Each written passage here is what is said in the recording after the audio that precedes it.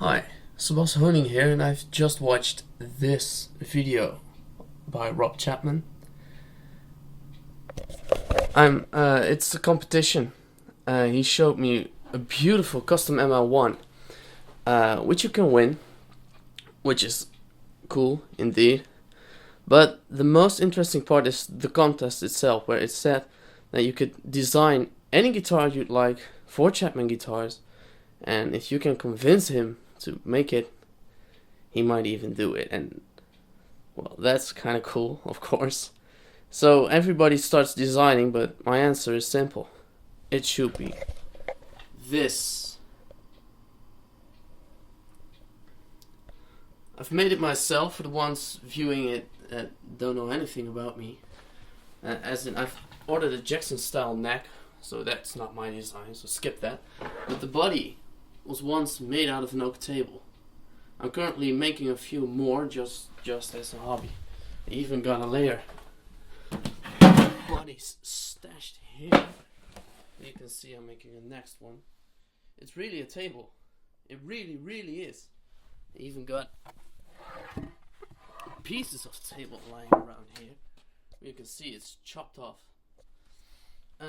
So this one is made of an oak table. It's got Ibanez pickups. It's got Floyd Rose, 24 frets. The thing about this, to me, is the contour, especially in the cutaways. I like the tips pointing inwards a bit, giving it a slight SG look. It gives it a sort of elegance that I really like personally. The carving's kind of RGD style from Ibanez, but then again more elegant and all around the body. So around this side is wider, and then here it gets smaller, also to make room for the controls. And yeah, where this moves, you get this line here that it feels great. That only that makes it a joy to play. It's kind of offset, as you can see. It's not fully equal. Funny thing is, I've made another one. This is particularly eye-catching. I was too lazy to put a decent coat of clear coat on it, so it's it's kind of wobbly. It's more blue in the video than it should be. But again, it's the same guitar, different pickups, different switching, and the things that I would like it to be, or my philosophy behind these two guitars, is that I wanted to have humbucking pickups in the bridge and in the neck, and a combination of both. But yet I also wanted coil split sound. So in this case, I used the Ibanez technique. That's why I use the Ibanez electronics. So in this position I'm using the bridge pickup. The next position I'm using the inside coils of both. In this position I'm using both humbuckers. This position I'm using this humbucker with both coils parallel. So it's as if I'm using two single coils at the same time. And this one is a humbucker. Now the only side I don't use that much is this one with the parallel switching of this humbucker. It's just for fun, but it's the other four are used very often. This one is well the easiest you can figure out in this kind of wish list. Bridge humbucker, both humbuckers, neck humbucker, and coil split for all. Now that's kind of cool, but yet I would like something different. Copied from Comparison Guitars, they have the Ted Special and the Angelus, which both have two humbuckers with a 3-way switch, and they have a 4-way rotary switch.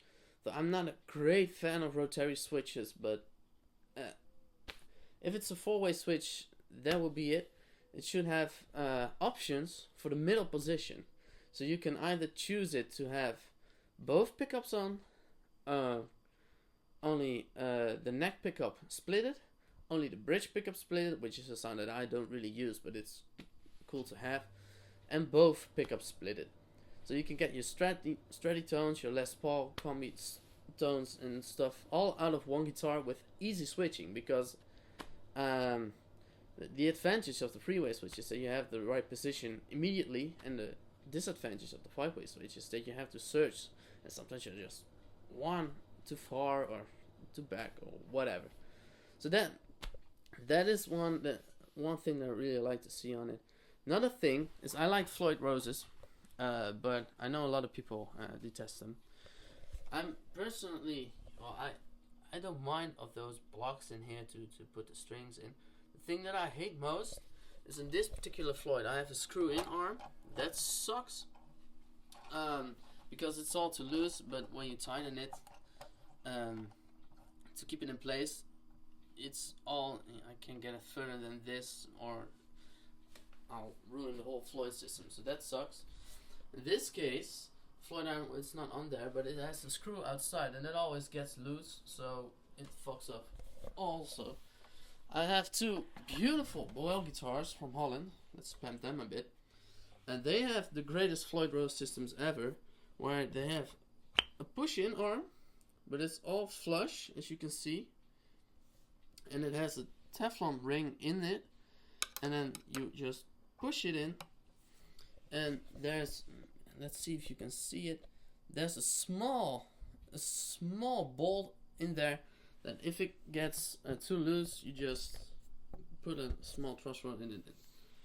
Well, yeah, the hex thing, I don't, fuck my English, but then you can get it tied up, and it works brilliantly. I mean, I use these guitars a lot of live just because of those Floyd systems.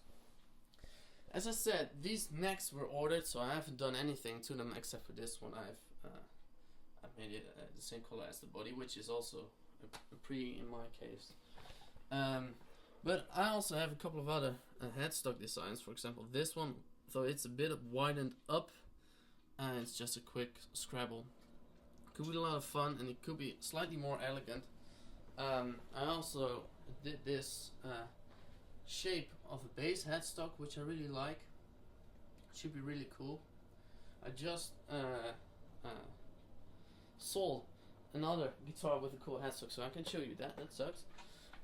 But another one is this, which is kind of like a bird shape thing. Kind of like it. I don't know why, but I drew this when I was like 8 or something, so it's cool. Or even if we go 3 at one side, I'm not personally a big fan of it, but I do like this shape, where this is a bit too far off. It should be back a bit more to keep it in balance, but it's the idea of the wave on top of it, the whole scrolly thing. That's the thing that it's about. Though I would like to see this more on a like a Les Paul shaped guitar. And inlays, one would be snowflakes, either in the center or off center.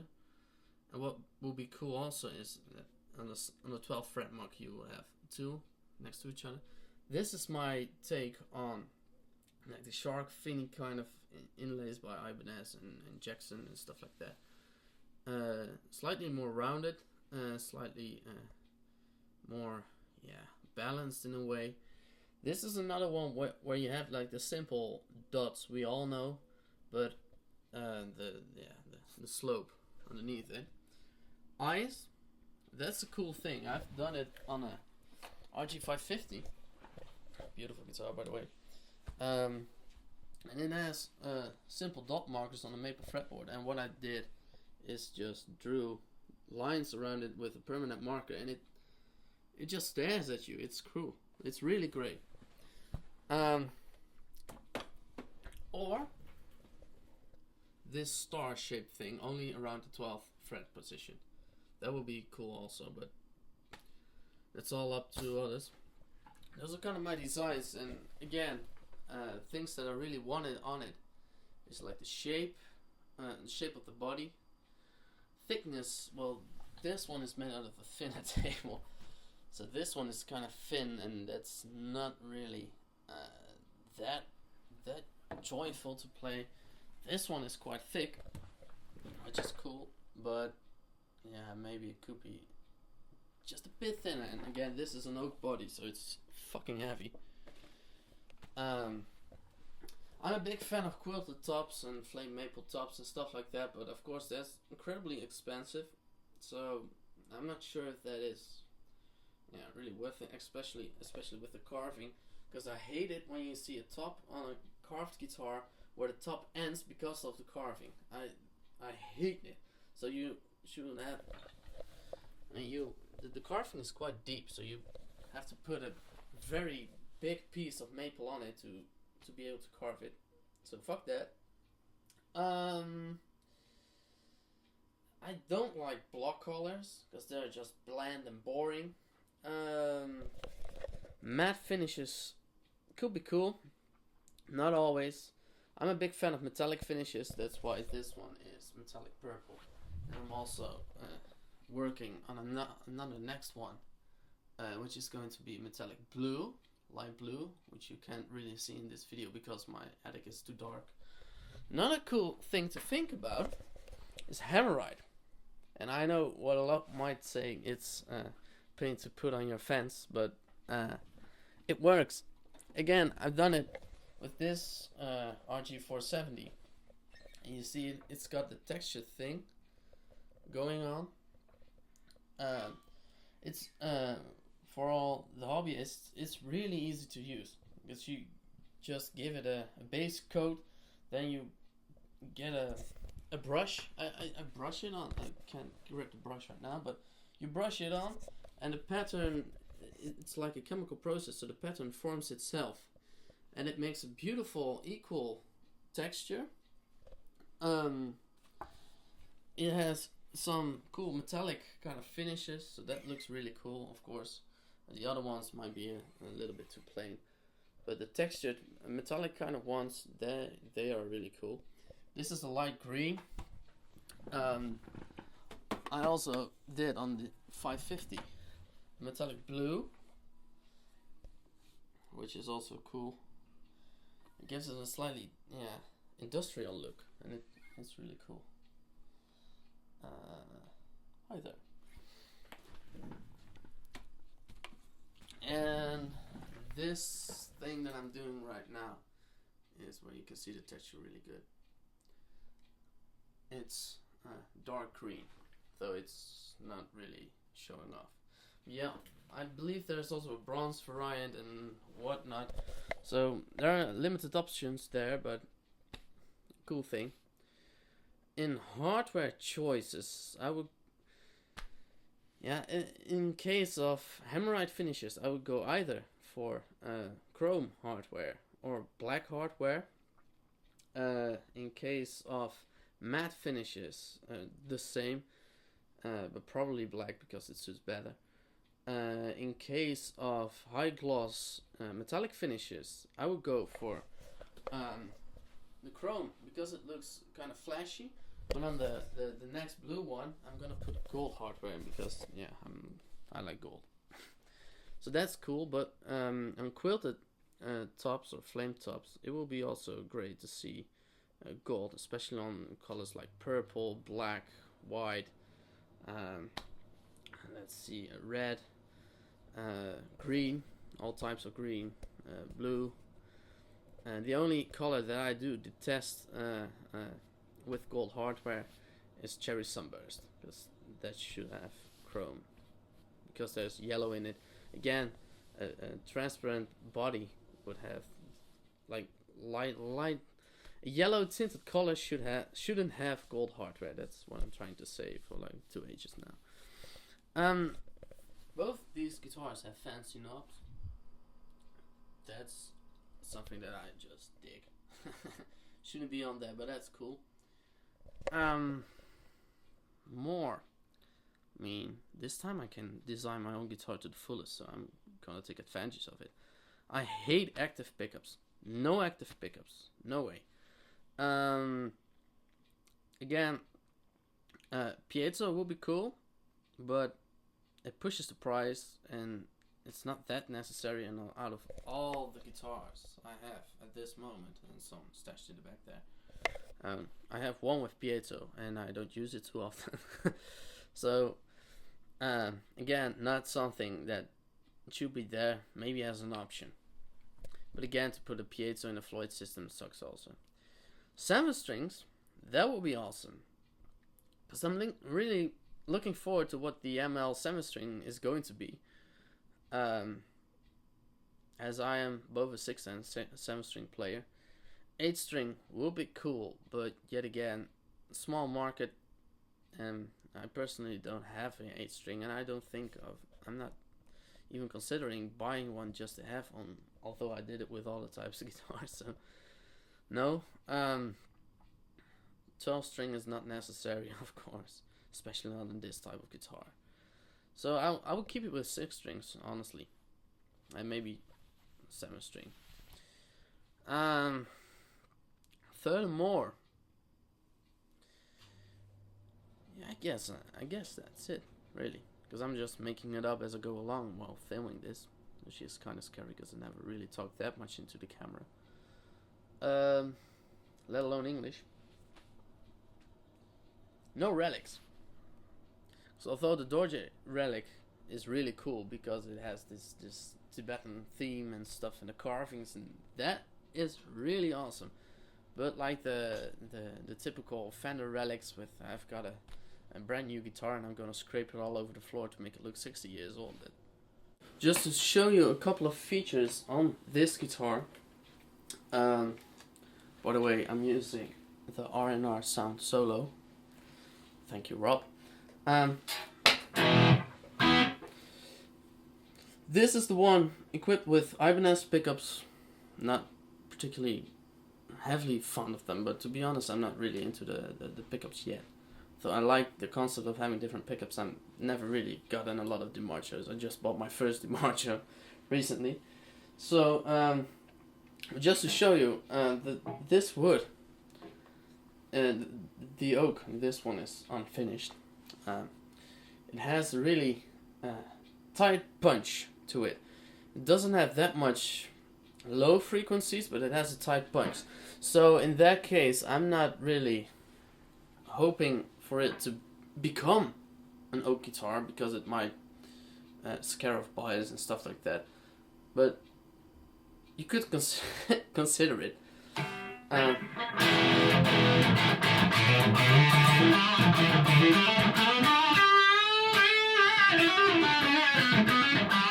only using the mic from the Zoom Q3, so the sound might not be that brilliant, but it goes through the solo. I only got the TC Electronics from some small effects and the angle cap with VS60 speakers.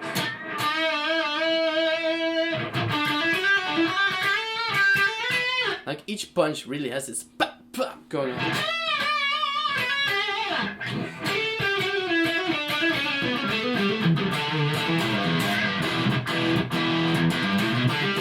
Especially on the neck pickup.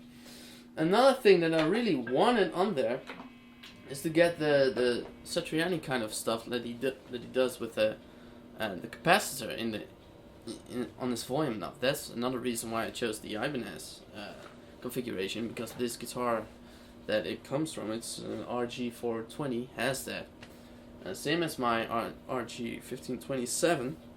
There's a capacitor on the volume pot, which makes it. I mean, you can still swell it open, but if you, this is like a full humbucker sound. If you turn it back, it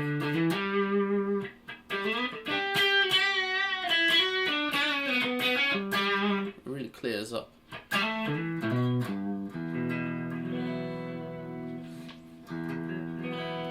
especially when you're using clean sounds, you can get a brilliant sparkle out of it while still using the overdrive channel on full gain. It's the same setting, but you keep a lot of highs and it gives a lot of dynamic control out of it. I mean, it's in conjunction with your amplifier, of course, but this helps a lot, really a lot. Same goes for my Boel guitars. They're all equipped with that stuff too. So that is something that really should be on there. And again, I would like to go from this to this to this.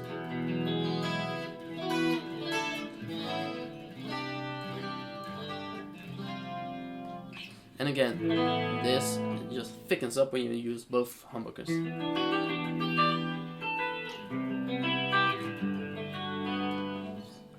So that's really great too. Some other design stuff that I've gotten in the other shot that I did is that I've been really looking to make a Strat style body guitar, because when this knob here is positioned around the 12th fret, it balances better than, let's say, a Tele or a Les Paul, or let alone a Flying V or an Explorer. It just feels incredibly comfortable when you hang it around your shoulder. It doesn't drop like that or that. Really works incredibly well. Another thing, this one has a fake bolt on where this space was too small to get a proper fit, so I glued it in again. This purple one has it all glued in, but that's not really rounded off. Boel guitars have this where it's all smoothed out, yet this to me feels slightly thick, and I'm not a fan of thick around the neck. So where this is kind of square, it would be cool if it were only a bit rounder, like they use on some high-end Ibanez guitars. That's really cool. Let's see what more. The neck itself, I do like D-shaped necks, small C shape. Not a big fan of V shape, so I would go like a C shape, maybe a bit of U shape. Kind of small, not too small, because this one is like this. This is comfortable. This one is thicker, as you might be able to see. And this is, to me, uncomfortable. But yet again, this one is incredibly thin, and this is uncomfortable also. If you play like bar chords all the way through, your thumb is going to fall off. It really is. So I guess that's it, really. So no relics. Tone woods and stuff, kind of blank on it. So I'm not a really big fan of ash. Maybe that's something. And that's it, really. I mean, film the other blanks. I would like to go crazy with it, but the main thing is this shape and the features on it. That's the main deal. And I can tell you this guitar plays incredibly well, incredibly good. So yeah, I would like to see this one in production. I would like to tell others, well, go buy one, go to Anderton's and get one. Because I can't. I mean, I'm not a professional builder. There are so many flaws in whatever I do at this moment. And I'm maybe up for schooling, luthiership, but until I get there, I can't make much of these, let alone make the necks. I mean, I want to make my own necks and my own headstock shapes and stuff like that, and the other inlays and stuff, because I mean, jacks and stuff is nice, but not my thing. So I would like to expand this to a full design instead of a semi-design. So please consider it. See if you like it, and if you like the philosophy about it, and maybe we chat again. I'm out.